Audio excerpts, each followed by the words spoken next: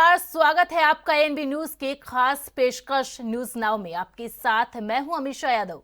आज news now में सबसे पहले दिखाएंगे, बताएंगे कैसे दुनिया का सुपर पावर कहा जाने वाला अमेरिका अपने ही पूर्व राष्ट्रपति की सुरक्षा करने में नाकाम साबित हो रहा है। वहीं दूसरे सेगमेंट में आपको बताएंगे उत्तर प्रदेश में बीजेपी की कार्य समिति की बैठक में जेपी नड्डा और सीएम योगी ने कार्यकर्ताओं को क्या संदेश दिया।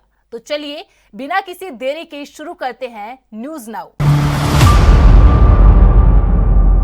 अमेरिका के पूर्व राष्ट्रपति और रिपब्लिकन पार्टी के उम्मीदवार डोनाल्ड ट्रंप के ऊपर एक रैली में जानलेवा हमला हुआ। ट्रंप पेंसिल्वेनिया में एक रैली को संबोधित कर रहे थे, तभी हमलावर ने उन पर कई राउंड गोलियां चलाई। गोली चलते ही ट्रंप अपने दाहिने कान पर हाथ रखते हुए डायस के नीचे झुक गए। गोलीबारी में पूर्व राष्ट्रपति घायल हो गए। इसके फौरन बाद अमेरिकी सीक्रेट सर्विस के एजेंट्स ने ट्रंप को घेर लिया और उन्हें सुरक्षित स्थान तक पहुंचाया। दुनिया के सबसे ताकतवर मुल्क के निवर्तमान राष्ट्रपति डोनाल्ड ट्रंप पर जानलेवा हमला किया गया। पेंसिल्वेनिया में ट्रंप एक चुनावी रैली को संबोधित कर रहे थे, तभी अचानक से उन पर कई राउंड फायरिंग कर दी गई। हमले की तीव्रता इतनी अधिक थी कि इस हमले में पूर्व राष्ट्रपति घायल हो गए। उनके दाएं कान पर गोली लगी है, लेकिन वो सुरक्षित है। दरअसल अमेरिका में इन दिनों राष्ट्रपति चुनाव का माहौल है। इसी के चलते प्रत्याशी अपने चुनाव प्रचार के लिए लगातार रैलियां कर रहे हैं। पूर्व राष्ट्रपति डोनाल्ड ट्रंप भी राष्ट्रपति चुनाव की रेस में शामिल है। अपनी चुनावी रैली के लिए पेंसिल्वेनिया पहुंचे ट्रंप मंच पर आए। उन्होंने बोलना शुरू किया, take a look at what happened. इसी बीच फायरिंग की तड़तड़ाहट वहां गूंज उठती है, चीख पुकार मचती है। ट्रंप चौंकते हुए दायां हाथ कान पर रखते हैं और झुक जाते हैं। इस बीच सुरक्षा गार्ड घेरा बना लेते हैं। ट्रंप खड़े होते हैं, कान और खून से सने चेहरे के साथ दाएं मुट्ठी भींचते हुए कुछ कहने की कोशिश करते हैं। फिर गार्ड उन्हें घेरे में लेते हुए कार में लेकर निकल जाते हैं। घटना के बाद पूर्व राष्ट्रपति को तुरंत अस्पताल ले जाया गया। इलाज के बाद वो फिलहाल ठीक हैं। उन्हें अस्पताल से छुट्टी भी मिल गई है। मगर ट्रंप पर हमले की घटना ने पूरे अमेरिका में तहलका मचा दिया। सीक्रेट सर्विस की सुरक्षा व्यवस्था पर भी सवाल उठने लगे हैं। डोनाल्ड ट्रंप ने सोशल मीडिया पर सबसे पहले उनकी जान बचाने के लिए अमेरिका की सीक्रेट सर्विस का आभार जताया। पूर्व राष्ट्रपति ने कहा, मैं पेंसिल्वेनिया के बटलर में चुनावी रैली के दौरान मुझ पर हुए हमले के बाद तुरंत कार्रवाई करने के लिए अमेरिका की सीक्रेट सर्विस और समस्त कानून प्रवर्तन एजेंसियों को धन्यवाद देता हूँ। मैं मारे गए और गंभीर रूप से घायल हुए व्यक्तियों के परिवार के प्रति संवेदनाएं व्यक्त करता हूँ। यकीन नहीं हो रहा कि हमारे देश में ऐसी घटना हो सकती है। इस समय मारे गए हमलावर के बारे में कुछ भी पता नहीं है। मुझ पर गोली चलाई गई जो मेरे दाहिने कान के ऊपरी हिस्से में लगी। गोलियों की आवाज सुनकर मैं तुरंत समझ गया था कि कुछ गड़बड़ है। फिर मुझे कान के पास सनसनाहट महसूस हुई। जब हाथ लगाकर देखा तो पता चला कि गोली मेरे कान के ऊपरी हिस्से को छूते हुए निकल गई। इसके बाद काफी खून निकलने लगा। तब मुझे एहसास हुआ कि क्या कुछ हो रहा है। ईश्वर अमेरिका की रक्षा करे। वही अमेरिकी राष्ट्रपति जो बाइडेन ने ट्रंप पर हमले की निंदा की। उन्होंने एक्स पर लिखा, मुझे पेंसिल्वेनिया में डोनाल्ड ट्रंप की रैली में हुई गोलीबारी के बारे में जानकारी दी गई है। मैं यह जानकर खुश हूँ कि वह सुरक्षित है और अच्छा कर रहे हैं। मैं उनके और उनके परिवार और रैली में शामिल सभी लोगों के लिए प्रार्थना कर रहा हूँ। जिल और मैं ट्रंप को सुरक्षित निकालने के लिए सीक्रेट सर्विस के आभारी है। अमेरिका में इस तरह की हिंसा के लिए कोई जगह नहीं। हमें इसकी निंदा करने के लिए एक राष्ट्र के रूप में एकजुट होना चाहिए। डोनाल्ड ट्रंप पर हुए हमले पर पूर्व अमेरिकी राष्ट्रपति बराक ओबामा ने भी अपनी प्रतिक्रिया दी है। उन्होंने एक्स पर लिखा, हमारे लोकतंत्र में राजनीतिक हिंसा के लिए बिल्कुल कोई जगह नहीं है। हालांकि हम अभी तक नहीं जानते कि वास्तव में क्या हुआ। हम सभी को राहत होनी चाहिए कि पूर्व राष्ट्रपति ट्रंप को गंभीर चोट नहीं आई।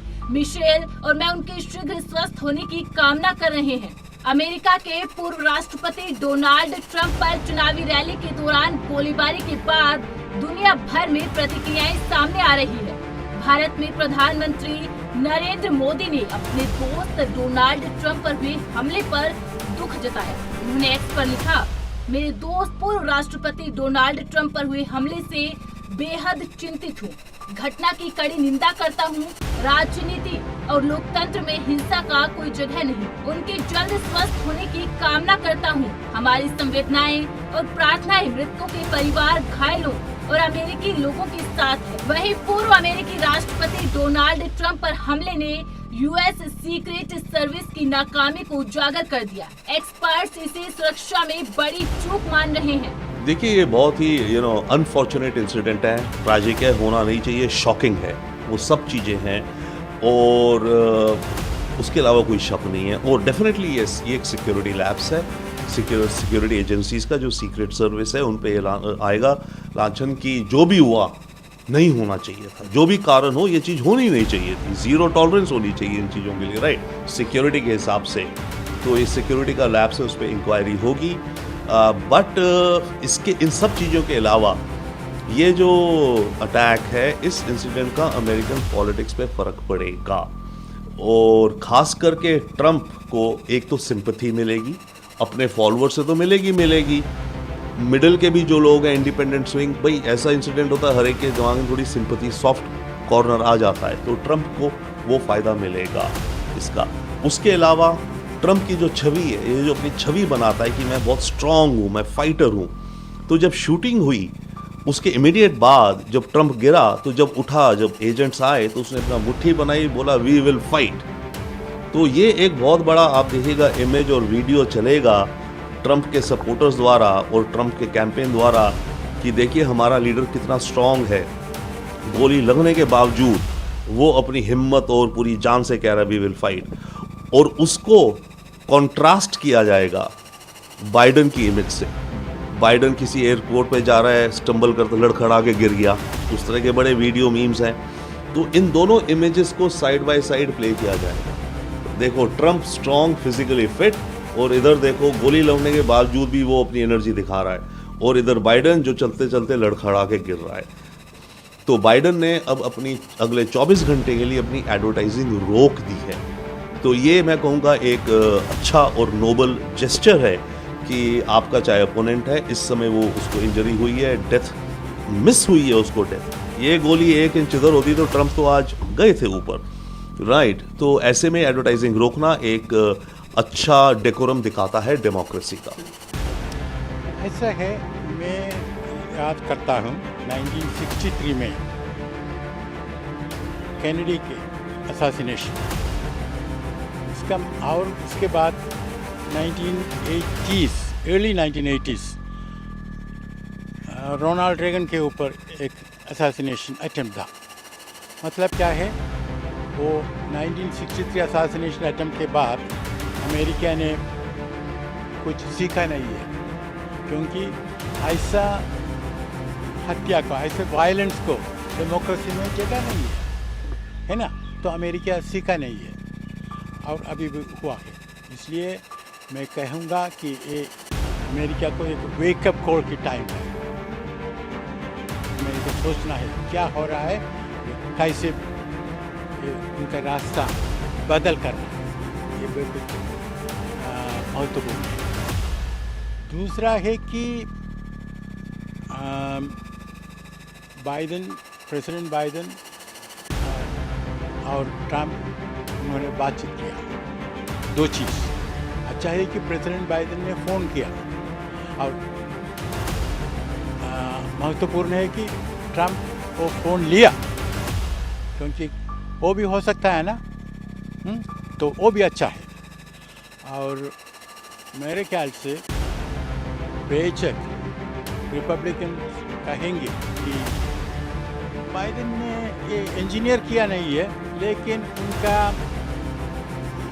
संसार, उनका प्रचारण कि ट्रंप अमेरिकन डेमोक्रेसी को बहुत खतरनाक है, उनको स्टॉप करना है। इसलिए किसी ने सोचा कैसे स्टॉप करो, तो कुछ ब्लेम बाइडन को भी होगा और ट्रंप इससे बहुत पॉलिटिकल माइलेज लेंगे। दरअसल डोनाल्ड ट्रंप पर हमले के बाद से सीक्रेट सर्विस की सुरक्षा पर सवाल उठने लगे हैं। जब पूर्व राष्ट्रपति की सुरक्षा इतनी चाक चौबंद होती है तो कैसे उन पर गोली चली? क्या उन पर साजिश के तहत हमला किया गया? 100 मीटर की दूरी से कैसे एक शूटर ने ट्रंप को निशाना बनाया? सीक्रेट सर्विस क्या कर रही थी? छत से अगर निशाना बनाया गया तो उसके एजेंट क्या कर रहे थे? रैली के आसपास की बिल्डिंग की छतों पर सीक्रेट सर्विस क्यों नहीं मुस्तैद थी? इस तरह के कई सवाल उठ रहे हैं। हालांकि FBI हमले और हमलावर से जुड़ी सभी जानकारियां जुटा रही है। हमले से पहले का शूटर का एक वीडियो सामने आया है जिसमें वह कह रहा है कि वह ट्रंप से नफरत करता है। लोकसभा चुनाव के बाद उत्तर प्रदेश में बीजेपी की एक दिवसीय प्रदेश कार्य समिति बैठक में कई मुद्दों पर चर्चा हुई। खास बात यह है कि कार्य समिति की बैठक में बीजेपी के राष्ट्रीय अध्यक्ष जेपी नड्डा ने भी शिरकत की। इस दौरान बैठक में सीएम योगी और प्रदेशाध्यक्ष भूपेंद्र चौधरी समेत सभी वरिष्ठ नेता मौजूद रहे। इस दौरान बीजेपी के कार्यकर्ताओं में प्रधानमंत्री के विजन को पूरा करने के लिए जोश भरा गया। साथ ही बीजेपी के बीते प्रदर्शन पर भी चर्चा की गई। उत्तर प्रदेश में लोकसभा चुनाव में बीजेपी के खराब प्रदर्शन पर मंथन अभी भी जारी है। लोकसभा चुनाव के बाद हुई पहली प्रदेश कार्य समिति की बैठक में भी इस मुद्दे पर चर्चा की गई। बीजेपी के राष्ट्रीय अध्यक्ष जेपी नड्डा ने इस प्रदेश कार्य समिति की बैठक में शिरकत की। नड्डा ने कार्यकर्ताओं को संबोधित करते हुए कहा कि मोदी जी के नेतृत्व में पार्टी ने केंद्र में तीसरी बार सत्ता में आई है। पीएम मोदी के नेतृत्व में कई चुनाव जीते हैं। बीजेपी आज की और भविष्य की पार्टी है। एक तरफ जब मैं उत्तर प्रदेश की चर्चा कर रहा हूं तो मैं कह रहा हूं कि इकोनॉमी में नंबर 2 पर आकर खड़ी हो गई, इथेनॉल में नंबर 1 पर खड़ी हो गई, इंफ्रास्ट्रक्चर में सबसे आगे आकर के खड़ी हो गई। और एक राज्य आपने कांग्रेस पार्टी को, कर्नाटक को दिया। आज कर्नाटक में फाइनेंस सेक्रेटरी क्या बोलता है कि we are coming to a dead end, हम एक डेड एंड में आ रहे हैं। There is no finance left for development, कोई विकास के लिए, काम के लिए कोई पैसा नहीं रह गया है। ये चीफ मिनिस्टर का फाइनेंशियल एडवाइजर बोल रहा है। आप बताइए, आप वैसी सरकार चाहते हैं या ऐसी सरकार चाहते हैं? जरा जोर से बोलिए, वैसी सरकार चाहते हैं या ऐसी सरकार चाहते हैं? एक तरफ वो है जो बोलता है कि विकास के लिए पैसे नहीं है, और ये ज्यादा दिन नहीं हुए, 1-1.5 साल हुआ है ऐसी सरकार बने हुए। वहां का चीफ मिनिस्टर का फाइनेंशियल एडवाइजर बोल रहा है। आपको मैं इसलिए बताना चाहता हूं कि किस तरीके से कांग्रेस पार्टी हो या अन्य पार्टियां हो, कैसी सरकारें चलाते हैं। आप क्या गोमती रिवर फ्रंट का घोटाला भूल गए क्या? चलो आपसे उत्तर प्रदेश की बात कर लेते हैं। लैपटॉप का घोटाला भूल गए क्या? जरा जोर से बोलो भैया, भूल गए क्या? अनाज का घोटाला भूल गए क्या? आप बताइए, ये फूड स्कैम हुआ था उसका घोटाला भूल गए क्या? ये ग्रेटर नोएडा में लैंड का जो आवंटन हुआ था उसका घोटाला भूल गए क्या? आप बताइए, ये पेंशन स्कैम भूल गए क्या? आप बताइए, एम्बुलेंस का स्कैम भूल गए क्या? ये फॉडर का, एनिमल हस्बेंड्री का फॉडर का स्कैम भूल गए क्या? अब आप बताइए, सुशासन और कुशासन में अंतर क्या होता है? कमल खिलता है तो सुशासन आता है, और अगर दूसरे लोग आते हैं तो व्यापारी पलायन करते हैं, बहु बेटियां सुरक्षित नहीं रहती हैं, और घोटाले पे घोटाला होता है। इस तरीके की सरकार करती है। एक बात और बार बार कहता हूं, और मैं तो फिर यहां पर देखिए, देश को आगे ले जाने का रास्ता अगर है तो सिर्फ वो भारतीय जनता पार्टी, ये हमको स्पष्ट हो जाए, और ये हमारे सामने बारंबार गूंजता रहना चाहिए दिमाग में कि इसके बाहर। मैं आपसे ही एक प्रश्न पूछता हूं, आप बताइए, 1500 पार्टियां हैं, कौन सी ऐसी पार्टी है जो विचारनिष्ठ पार्टी? कौन सी ऐसी पार्टी?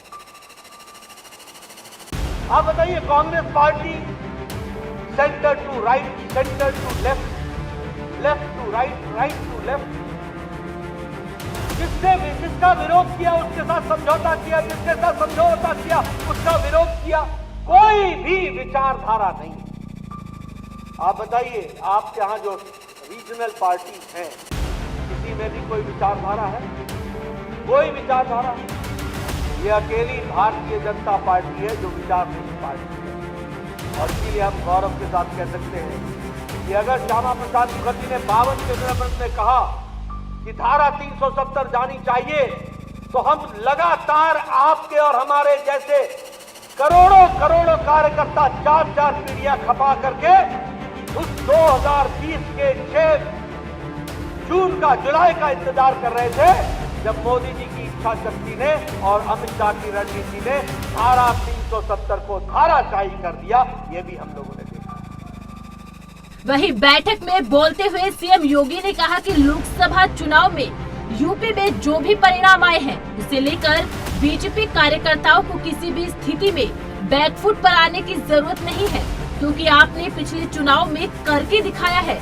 सीएम योगी ने कहा कि हम सब जानते हैं कि बीजेपी ने नरेंद्र मोदी के नेतृत्व में भारी सफलता हासिल की है।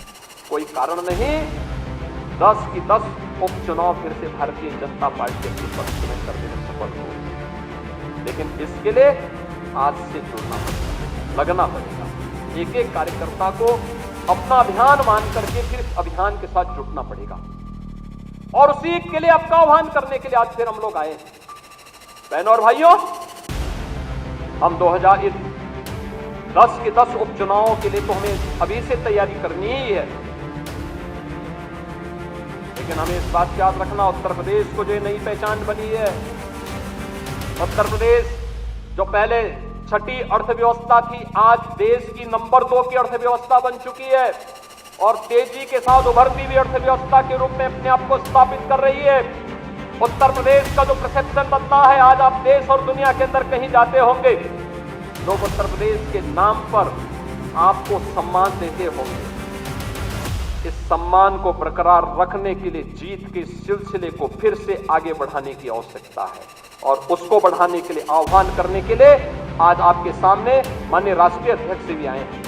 जीत का यह सिलसिला जो 14, 17, 19, 22 पंचायत चुनाव, नगर निकाय चुनाव, उपचुनाव में बना रहा, यही मोमेंटम 2027 में भी बनेगा।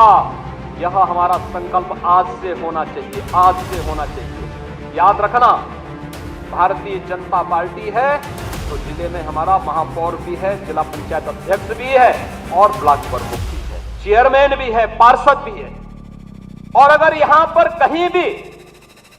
कहीं कोई खरोच आता है तो वहां उसके असर वहां पर भी पड़ने वाला है, और इसीलिए अभी से इसकी तैयारी में जुटना होगा। एक एक व्यक्ति को जुटना पड़ेगा, ब्लॉक प्रमुख हो या चेयरमैन, महापौर हो या जिला पंचायत अध्यक्ष, विधायक हो या विधान परिषद सदस्य, लोकसभा के हमारे माननीय सांसद हो या फिर राज्यसभा के माननीय सांसद, इन सबको संगठन के साथ बेहतरीन तालमेल बना करके, संगठन जिसको तय करे उसके साथ खड़ा होकर के प्राणपण से जुट करके कमल चुनाव चिन्ह को विजयी बनाने के संकल्प के साथ अगर हम आगे बढ़ेंगे तो आपका भी सम्मान होगा, सर्वत्र सम्मान भी मिलेगा।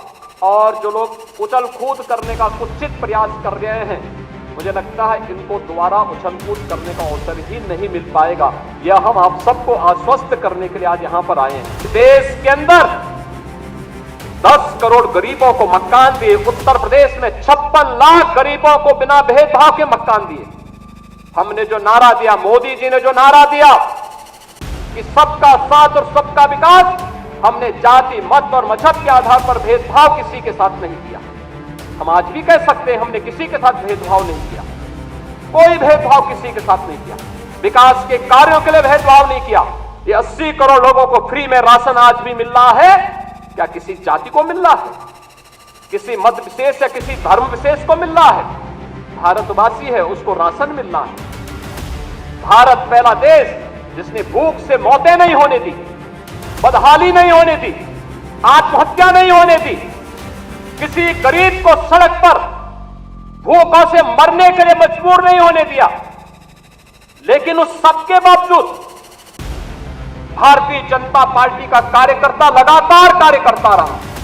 विपरीत परिस्थितियों में अपनी जान की परवाह किए बगैर लगातार कोरोना जैसी महामारी से जूझता रहा और सेवा को ही संगठन मान करके कार्य करने का परिणाम रहा कि जिस महामारी के सामने दुनिया की बड़ी बड़ी ताकतें नतमस्तक हो गई, उसी कोरोना को कहां समाप्त कर दिया। मोदी जी के नेतृत्व में भारत ने सबसे अच्छा परिणाम देकर के दुनिया के सामने कोविड प्रबंधन की एक नई अनूठी छाप छोड़ी।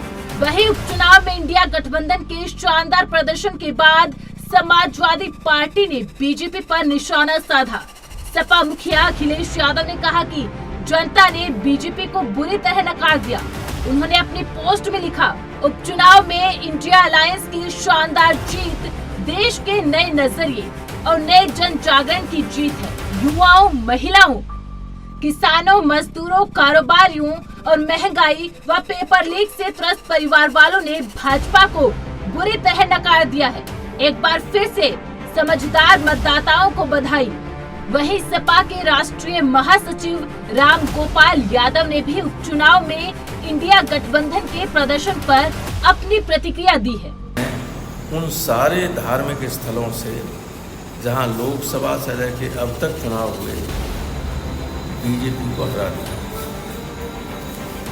अयोध्या से लेकर रामेश्वरम तक जहां जहां राम गए, अयोध्या, सीतापुर, चित्रकूट और दक्षिण से नासिक से होते हुए रामेश्वरम तक कोई भी ऐसी इम्पोर्टेंट जगह नहीं है जहां भगवान राम ठहरे हों, गए हों और बीजेपी जीती, कोई जगह नहीं। अब कल जो है बद्रीनाथ में जीती। अब तो उत्तर से दक्षिण तक भगवान राम ने बीजेपी को स्वयं नकार दिया, क्योंकि मर्यादा पुरुषोत्तम राम कभी नहीं चाहते कि उनके नाम का दुरुपयोग, उनके नाम पर धार्मिक ध्रुवीकरण किया जाए और लोगों में मारपीट की जाए, ये कभी वो पसंद नहीं करते। जितना चला उतना चल गया। अब तो उनके कोप का भाजन इन्हें होना पड़ेगा। इन्होंने कर्नाटक में बजरंगबली का दुरुपयोग करना चाहा तो कर्नाटक में बजरंगबली ने टांग तोड़ दी। अब भगवान राम ने पूरे देश में कितना फर्क रहा भाई, 240 इन्हें मिली और 232 इंडिया ब्लॉक को मिली, कोई फर्क था। अगर थोड़ा सा व्यवस्था ठीक हो गई होती, प्रशासन का दुरुपयोग नहीं हुआ होता, तो कबीला अकेले उत्तर प्रदेश से ही हरा दिया होता। दरअसल उत्तर प्रदेश के लोकसभा चुनाव में बीजेपी के खराब प्रदर्शन पर मंथन के बाद पार्टी अब दोबारा से भरने के जतन में जुट गई है। लखनऊ में 3 दिन तक डेरा जमाकर बीजेपी के राष्ट्रीय संगठन महामंत्री BL संतोष हार की वजह तलाश चुके हैं। वहीं अब आगामी उपचुनाव में ज्यादा से ज्यादा सीटों पर जीत दर्ज करने का लक्ष्य इस कार्य समिति की बैठक में तय किया गया है। साथ ही विपक्ष के दुष्प्रचार की पोल खोलने का भी संकल्प लिया गया। माना जा रहा है कि बीजेपी की कार्य समिति की बैठक में संगठन में बड़े परिवर्तन करने पर चर्चा की गई। इसके साथ ही योगी कैबिनेट में भी परिवर्तन किए जाने की चर्चा की गई है।